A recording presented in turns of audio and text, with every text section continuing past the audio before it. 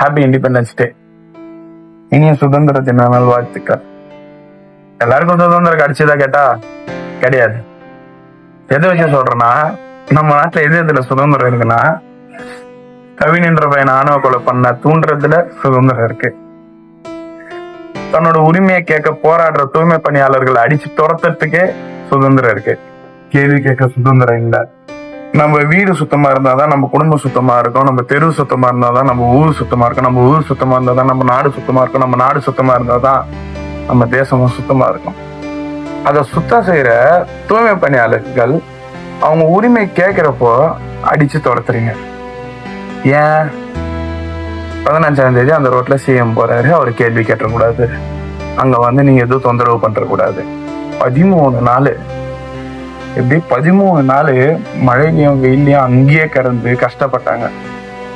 ஒருத்தர் வந்து கண்டுக்கல. 13 நாள் கழிச்சு ஒரு நைட்ல மொத்த பேரையும் அடிச்சு காலி பண்றது. இது நம்ம தான் கேட்கணும். நம்ம யாரும் எங்க இத பத்தி கவலையே இல்லையே. ஏன் குமாரு? எனக்கு தேசம் மேல பற்று இல்லாமலாம் இல்லை, பற்று இருக்கிறதுனால தான் நான் கேள்வி கேட்கிறேன். நீங்க யோசிங்க.